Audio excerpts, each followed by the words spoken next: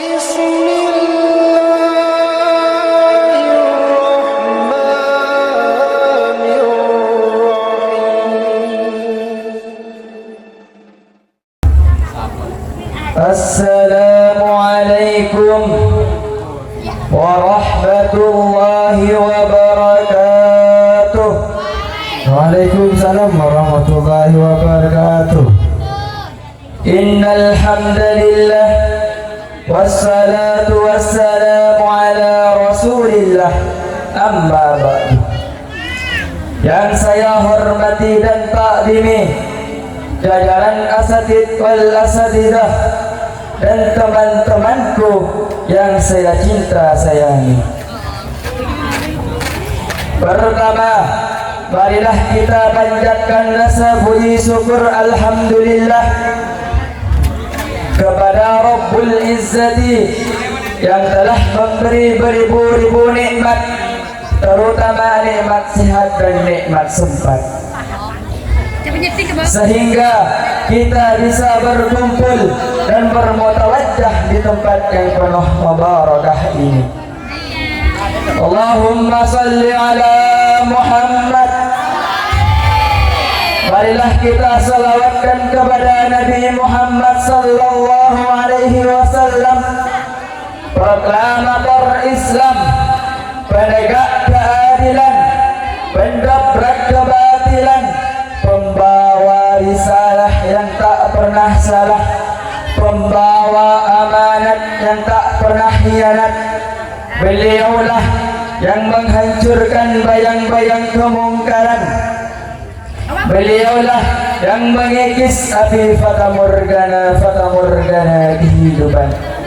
Siapa lagi kalau bukan Habibina wa Nabiyina wa Maulana Muhammad sallallahu alaihi wasallam. Berdirinya saya di sini akan menyampaikan pidato yang berjudul Perbedaan Zaman Ot dan Zaman Now. Kalau dari zaman Salafiyah sampai zaman Khalifiyah, dari zaman Al-Qadam sampai zaman Al-An, dari zaman Mutaqaddimin sampai zaman Mutaakhirin, bahkan mulai dari zaman Ot sampai sekarang ini zaman Now, kita akan dihadapkan dengan dua kesebelasan, yaitu kesebelasan hak dengan batil, kesebelasan tauhid dengan syirik, kesebelasan halal dengan haram, kesebelasan hizbullah dengan hizbus syaitan. Silahkan Anda pilih atau Anda introspeksi diri. Di kesebelasan mana Anda berada, pasti pilih satu di antara dua. Yang jelas kita tidak boleh berada di antaranya, di antara hak dengan batil. Karena wattabayyana ar-rusdu minal ghayb, sungguh telah nyata mana hal yang benar dan mana hal yang salah. Hadirin dan dimuliakan Allah, kalau ketika zaman jahiliyahnya sebelum Rasulullah lahir, itu ada zaman jahiliyahnya. Bahkan zaman now ini juga punya zaman jahiliyahnya. Kalau sebelum baginda Rasul, itu zaman jahiliyahnya adalah membunuh anak perempuan hidup-hidup sebagai kebanggaan. Dafnal banat minal mukarramat. Ternyata di zaman now ini lebih parah lagi. Justru masih di dalam rahim, masih di dalam perut, itu sudah dibunuh dengan secara kasar, yang disebut dengan aborsi. Kalau secara harusnya dengan KB, keluarga berencana. Padahal bukan keluarga berencana, tapi keluarga berencana. Mengapa saya katakan keluarga berencana? Karena bertentangan dengan hadis Nabi Muhammad yang berbunyi, uridukum an akuna nabiyan aksara tabi'at yaumal qiyamah. Kata Nabi dalam sabdanya, aku menginginkan pengikutku terbanyak kelak dari kiamat. Dan bertentangan dengan firman Allah yang berbunyi, la taqtulu auladakum khasyata imlaq. Jangan kamu bunuh anak-anakmu karena takut susah dalam kehidupannya,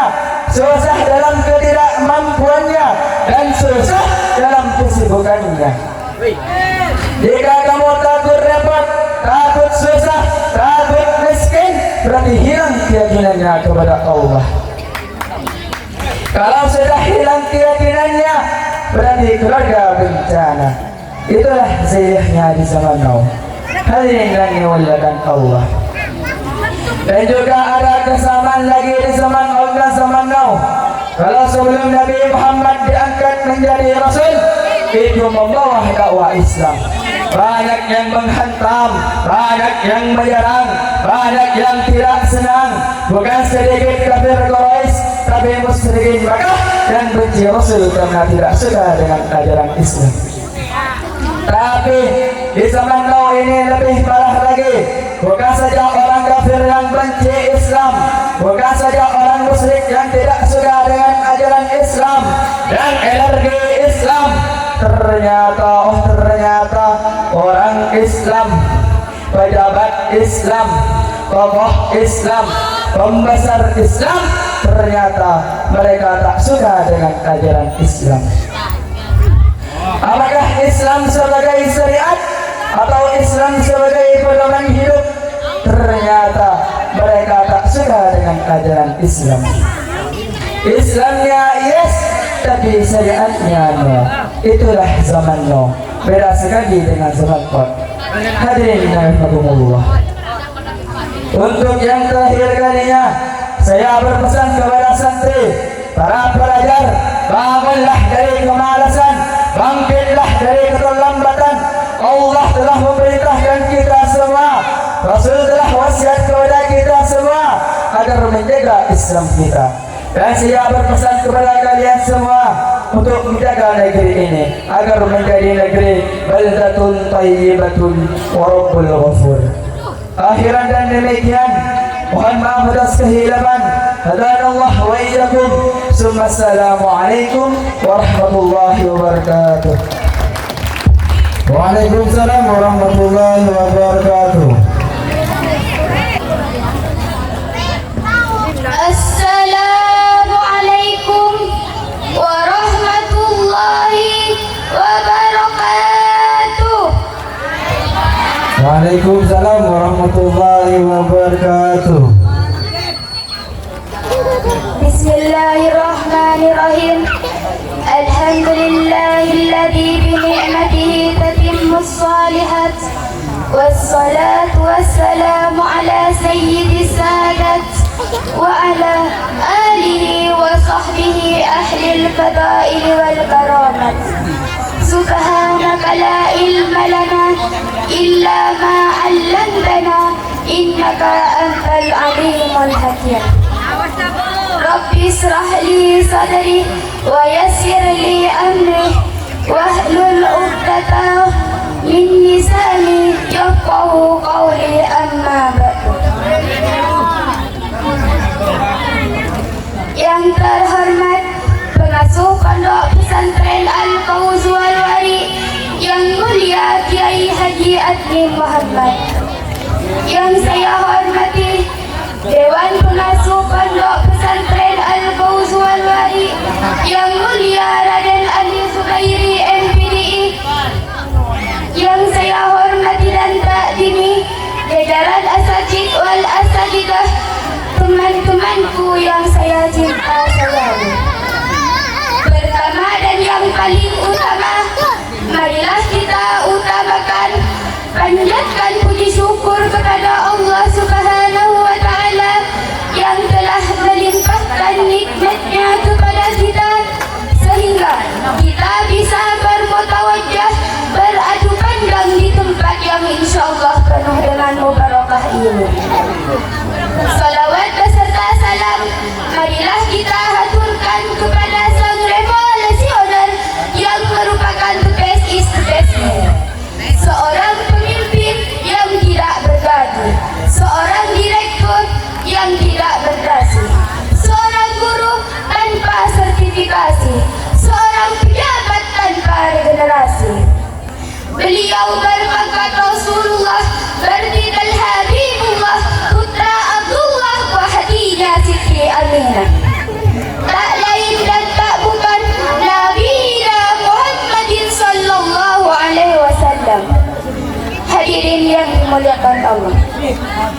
Pada tahun 10 Bertepatan dengan tahun 632 Masehi, Rasulullah menyampaikan firman Allah yang berbunyi, "Al-yawma akmaltu lakum dinakum wa atmamtu alaikum ni'mati wa raditu lakumul Islam madinah."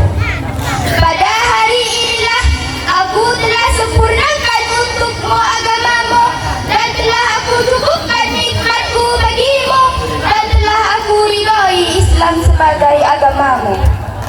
Mendengar pidato Rasulullah tersebut, seketika semua yang mendengar bergembira. Mereka gembira karena sudah Allah sempurnakan agamanya, sudah Allah cukupkan nikmatnya, dan Allah meridhai Islam sebagai agama yang benar. Akan tetapi di tengah-tengah kerumunan yang sedang bahagia tersebut, ada satu orang yang menangis sejadi-jadinya. Beliau adalah Sayyidina Abu Bakar As-Siddiq. Heran semua sahabat yang melihatnya. Salah seorang sahabat bertanya, "Wahai Abu Bakar, kenapa engkau menangis? Bukankah hari ini adalah hari yang membahagiakan?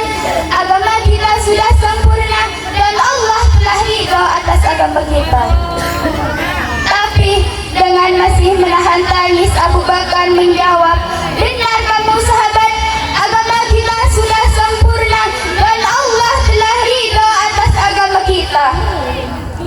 Tapi apakah kalian sadar bahwa ini juga mempunyai arti bahwa tugas Rasulullah sudah selesai dan sebentar lagi Rasulullah akan meninggalkan kita. Istri-istri Rasulullah akan menjadi janda, anak-anak Rasulullah akan menjadi yatim, dan seluruh umat Islam akan kehilangan panutan hidupnya." Seketika semua yang mendengar menangis. Hadirin yang dimuliakan Allah, Haji Wada menjadi hari yang membahagiakan sekaligus hari yang menyedihkan bagi kaum muslimin pada hari itu. Dan pada Haji Wada itulah Rasulullah menyampaikan banyak pesan, dan dari sekian banyak pesan terakhir di Haji Wada, panjang lebar pesan yang jelas dari Rasulullah. Di antaranya pesan Nabi kepada kalian, "Aku tunggu kalian di Telaga Kausar, dan saya akan paling banyak memiliki umat di hari kiamat. Saya tunggu kalian di Telaga Kausar, dan jangan kalian hitamkan wajahku." Artinya, jangan permalukan aku di depan umat yang lain, jangan permalukan aku di depan Nabi Musa, jangan permalukan aku di depan Nabi Ibrahim, di depan Nabi Isa, dan jangan permalukan aku di depan abahku Nabi Adam. Allah sudah memanjakan aku, memanjakan kalian dengan ampunannya, dengan rahmatnya dibanding umat-umat yang lain. Aku tunggu kalian di Telaga Kausar, dan jangan kalian permalukan aku di depan umat-umat yang lain. Jangan kalian hitamkan wajahku dengan maksiat kalian, dengan syahwat kalian, dengan dosa-dosa kalian. Tidak mau tobat kalian sampai umur kapan? Rasulullah siap menunggu dan memberi syafaat. Syafaat li ahli kabair min ummati. Syafaatku untuk orang-orang yang berbuat dosa di umatku. Syafaatku untuk orang-orang yang berbuat dosa di hari kiamat. Yang berdosa, yang suka melakukan dosa besar, yang zina, yang judi, yang merampok, dan yang membunuh, dengarkan pengumuman Nabi Muhammad. Syafaat li ahli kabair. Pertolonganku untuk orang-orang yang berbuat dosa di hari kiamat. Pertolonganku untuk orang-orang yang berbuat dosa dari umatku. Kalian juga diperhatikan oleh Rasulullah. Masa kalian tidak cinta? Masa kalian tidak kasih dan sayang terhadap Rasulullah? Masa kalian tidak mau mengorbankan dari umur kalian untuk cinta terhadap Rasulullah? Hadirin yang dimuliakan Allah, mungkin cukup sampai di sini yang dapat saya sampaikan. Kurang dan lebihnya mohon maaf. وبالله التوفيق والهداية والرضا والإناية ثم السلام عليكم ورحمة الله وبركاته. Waalaikumsalam warahmatullahi wabarakatuh. Assalamualaikum warahmatullahi wabarakatuh.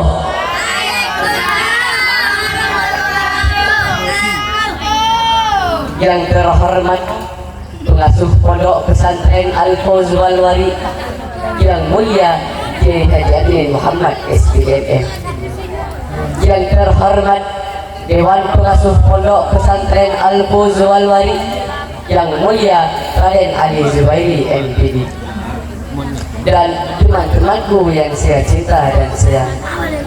Alhamdulillah, alhamdulillahil maliki dil malakut wal jabbari dil jabarut alladzi khalaqal maut wal hayata ikhtibaran 'alal imani was subut. Summa salatu wassalamu ala rasulillah Muhammad ibn Abdillah wa ala alihi wa sahbihi wa mawala, amma ba'du. Seiring puji yang tak pernah henti hanyalah milik Allah yang maha suci. Senandung rindu yang tak pernah layu hanyalah milik Allah yang maha tahu. Segenap sanjung tertumpu hanyalah milik Allah yang maha agung. Salawat berangkaian salam marilah kita hadiahkan kepada mahkota alam, pelipur lara di kala duka, pengobat kalbu di kala rindu, penenang hati di kala tersakiti, yakni Habibana wa Nabiyana wa Syafi'ana wa Maulana Muhammad sallallahu alaihi wasallam. Alhamdulillah, pada kesempatan kali ini saya diberi kesempatan untuk menyampaikan sebuah pidato dengan judul Birrul Walidain. Hadirin yang dimuliakan Allah, dalam kitab tafsir Ibnu Katsir ada suatu kisah yang sangat menyentuh hati dan menyayat jiwa. Di sana dituliskan, inna rajulan kana fi tawafi hamilan ummahu yatufu biha fas'alan nabiyya sallallahu alaihi wasallam hal addaitu haqqaha qala la wala bisabqin wahidah. Bahwasanya ada seorang laki-laki bertanya kepada Rasulullah, hal addaitu haqqaha qala la wala bisabqin wahidah. Rasulullah menjawab, tidak, walaupun kau bantu ibumu dari Syam ke Madinah, walaupun kau gendong ibumu dari Yaman ke Mekah, itu tidak bisa membalas satu hembusan nafas ibumu saat melahirkan. Teman-teman yang dimuliakan Allah, kepayahan saat ibu melahirkan dibahasakan dalam Al-Quran dengan kalimat wahnan ala wahni, payah di atas payah, sakit di atas sakit. Teman-teman, seperti apa sakitnya saat melahirkan? Ada satu riwayat Al-Kamakal mengatakan tingkat rasa sakit seorang ibu yang sedang kontraksi, artinya melahirkan secara alami tanpa harus melewati operasi, diperkirakan sebanding dengan sakitnya 20 tulang sehat yang dipatahkan secara bersamaan. Masya Allah, betapa berat rasa sakit yang dirasakan oleh ibu kita. Tetapi apakah melahirkan adalah puncak rasa sakit dari seorang wanita? Ada seorang wanita pernah ditanya, adakah rasa sakit yang lebih menyakitkan daripada melahirkan? Beliau menjawab, iya nak, ada yang lebih sakit daripada melahirkan, yaitu ketika saya dimarahi, ketika saya dihardik, ketika ketika saya dibentak oleh anak yang saya lahirkan, itu jauh lebih sakit daripada melahirkan. Hadirin rahimakumullah, pernahkah kita membentak ibu kita? Pernahkah kita memarahi ibu kita? Teman-teman, jangankan sampai marah-marah, jangankan sampai membentak. Ibnu Mubarak pernah berkata, "Idza bada'a waliduka bima daratika wantiqa'u kalimatihim ma'aka khaufan min inzi'ajika wa ghadabika fa'lam innaka akun." Ketika ibumu mulai melembutkan suaranya dan memilih kalimat saat akan berbicara denganmu karena takut akan kemarahanmu, fa'lam innaka akun, maka ketahuilah bahwa engkau anak yang durhaka. Ketika ibumu mulai memilih kalimat yang akan dikatakan karena takut ada kata yang salah dan membuatmu marah, maka engkau adalah termasuk anak yang durhaka. Na'udzubillah, tsumma na'udzubillah. Lantas kita lihat fenomena sekarang, betapa banyak anak yang menjadikan ibunya pembantu, disuruh-suruh di setiap waktu, dan dijadikan budak di rumah sendiri. Masihkah kita mengharap surga berada di telapak kakinya? Hadirin yang dimuliakan Allah, kembali ke pembahasan awal, mengapa kita tidak bisa membalas jasa ibu kita? Dikarenakan ada 4 air yang kita tidak bisa balas sampai kapanpun. Air ketubannya saat pecah, air darahnya saat melahirkan, air susunya saat menyusui, dan yang terakhir, air matanya saat mendoakan kita. 4 macam air tersebut kita tidak akan pernah bisa membalas sampai kapanpun dan dengan apapun. Hadirin yang dimuliakan Allah, sebenarnya masih banyak yang harus saya sampaikan, namun dengan keterbatasan waktu yang tidak mengizinkan. Terima kasih atas segala perhatian, mohon maaf atas segala kekurangan. Wabillahi taufiq wal hidayah wal ridha wal inayah. Tsumma assalamu alaikum warahmatullahi wabarakatuh.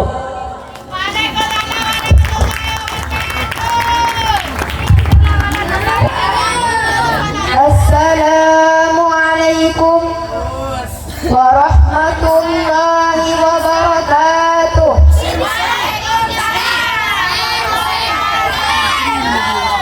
Hamdan li rabbi khassana bi Muhammadin wa anqadana min adh-dhulumatil wahyi wad-dayani. Alhamdulillahilladzi hadana bi'abdihi al-muhtari man da'ana ilaihi bi'idni wa qad nadana labbaika ya man dallana wa hadana. Salla alaika Allah ya rabbuna alladhi bika ya musaffa khassana wa habbana.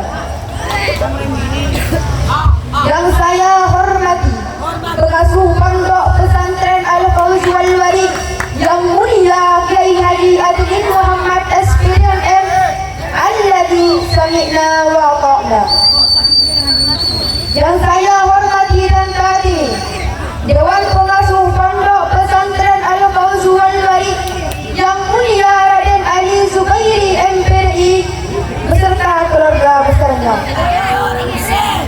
Yang saya hormati dan taati Dewan Asatidz wal Asatidzah Lembaga Pendidikan Islam Al-Istiqmal di bawah naungan Pondok Pesantren Al-Fawzi wal Warid serta teman-temanku yang kucinta sayangi.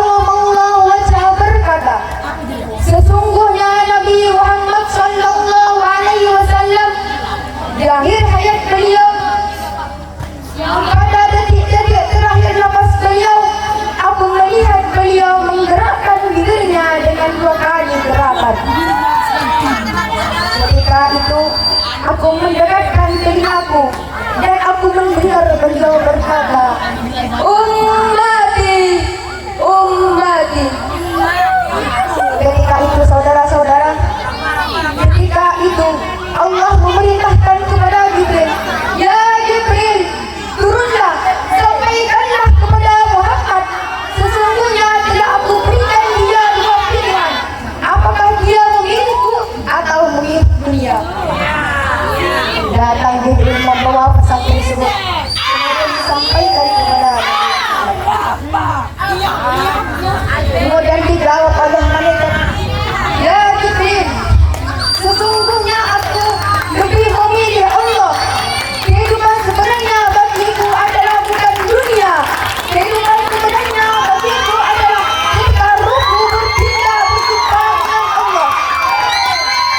Akhirnya saudara-saudara, datang Israel untuk mencabut nyawa Nabi Muhammad. Ketika itu Nabi Muhammad sedang terbaring di rumah Sayyidatina Aisyah. Apa kata Nabi Muhammad? Sedang itu ditemani oleh malaikat Jibril.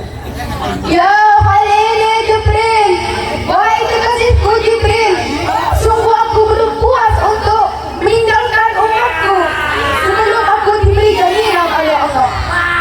Kemudian Jibril datang menemui Allah dan Allah berkata, Basyirhu ya Jibril, innahu awwalu nasr khariju fil ard ila wisu wa sayyiduhum ila dumi'u wa basyirhu ya Jibril, inna al-jannata muharramatun 'ala al-umam qabla an tadkhuluha ummatuh.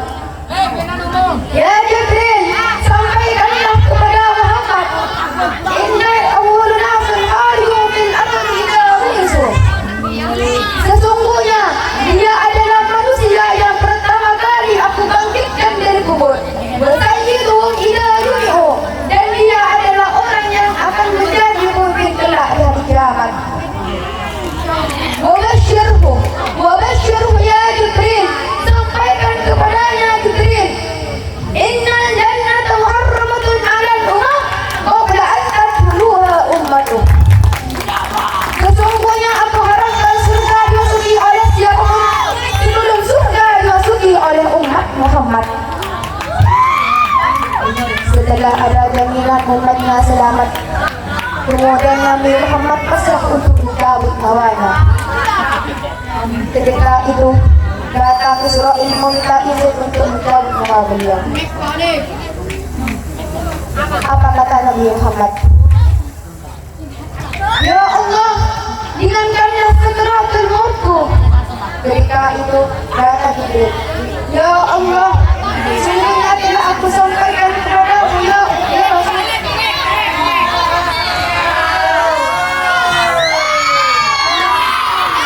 Ketika itu Nabi Muhammad memohon kepada Allah, ya Allah, ringankanlah sakaratul mautku.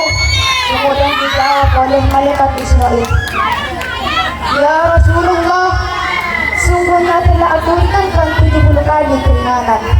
Kemudian Nabi Muhammad menoleh, apa Jibril? Engkau telah ringankan 70 kali keringanan? Iya ya Rasul.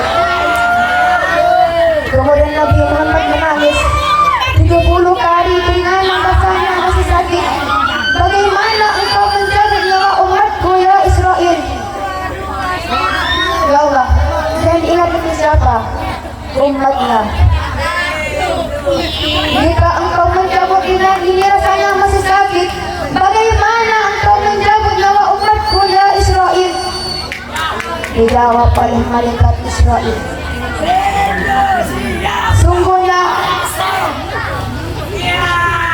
sesungguhnya umatmu manusia biasa yang aku cabut begitu saja. Kemudian Nabi Muhammad menangis sejadi-jadinya. Lalu Nabi Muhammad mengangkat kedua tangannya dan memohon kepada Allah, ya Allah, inna lil mauti la syakarat, la ilaha illallah, inna lil mauti la syakarat. Sungguhnya di dalam kematian pasti ada sakaratul maut. Kemudian Nabi Muhammad memohon kepada Allah, la ilaha illallah, ya Allah, ringankanlah sakaratul maut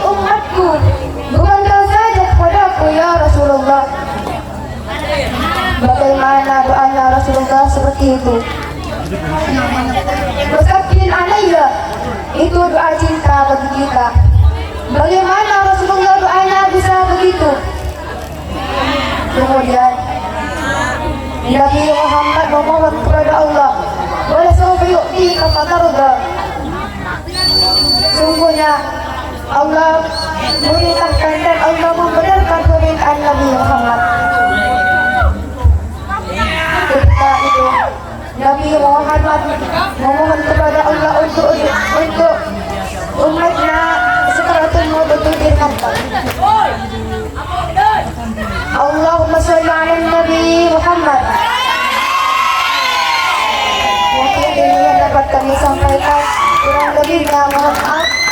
Wabillahi taufiq wal hidayah. Assalamualaikum warahmatullahi wabarakatuh. Waalaikumsalam warahmatullahi wabarakatuh.